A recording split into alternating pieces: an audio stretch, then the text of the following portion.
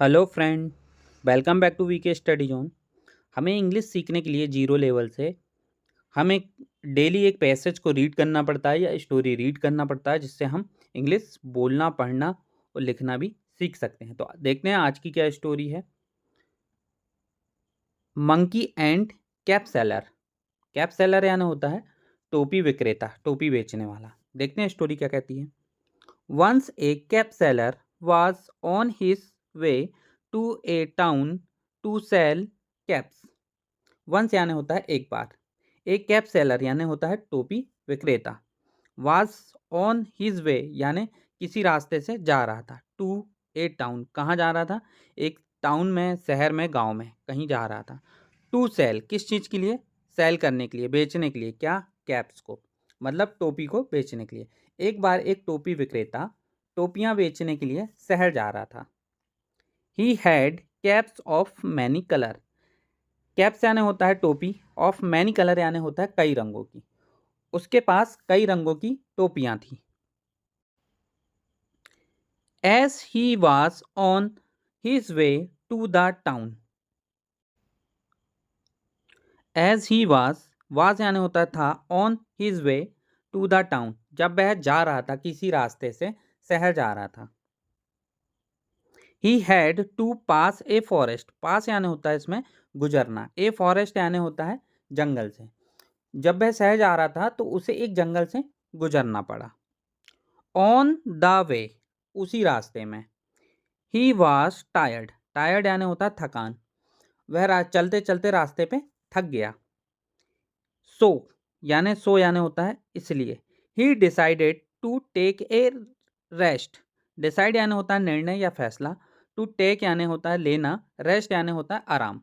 तो वो क्या करना चाहता था, इसलिए उसे आराम करने का फैसला किया।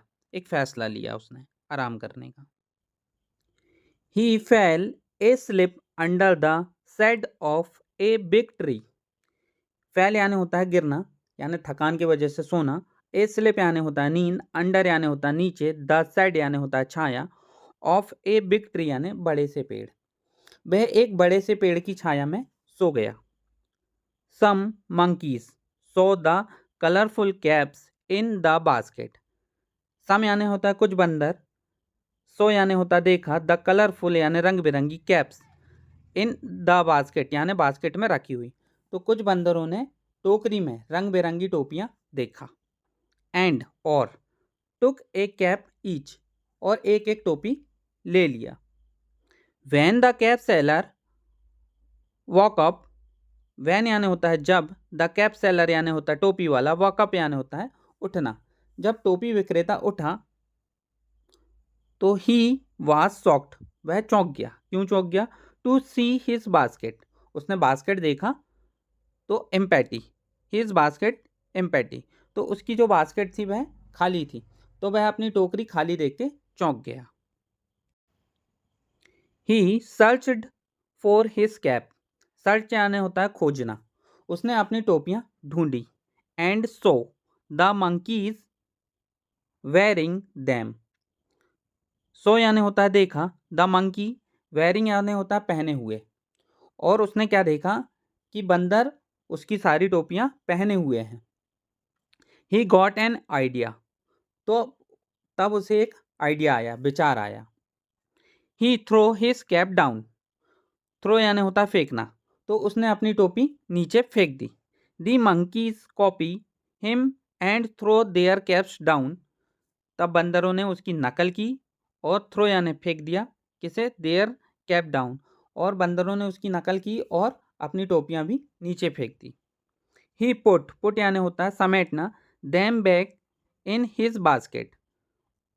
और उसने क्या किया, सारी जो नीचे गिरी हुई टोपियां थी उन्हें वापस अपनी टोकरी में रख लिया। एंड वेंट अवे, और चला गया।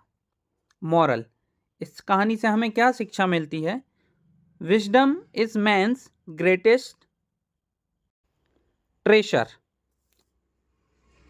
ट्रेशर यानी होता है खजाना। बुद्धि जो है मनुष्य का सबसे बड़ा खजाना है।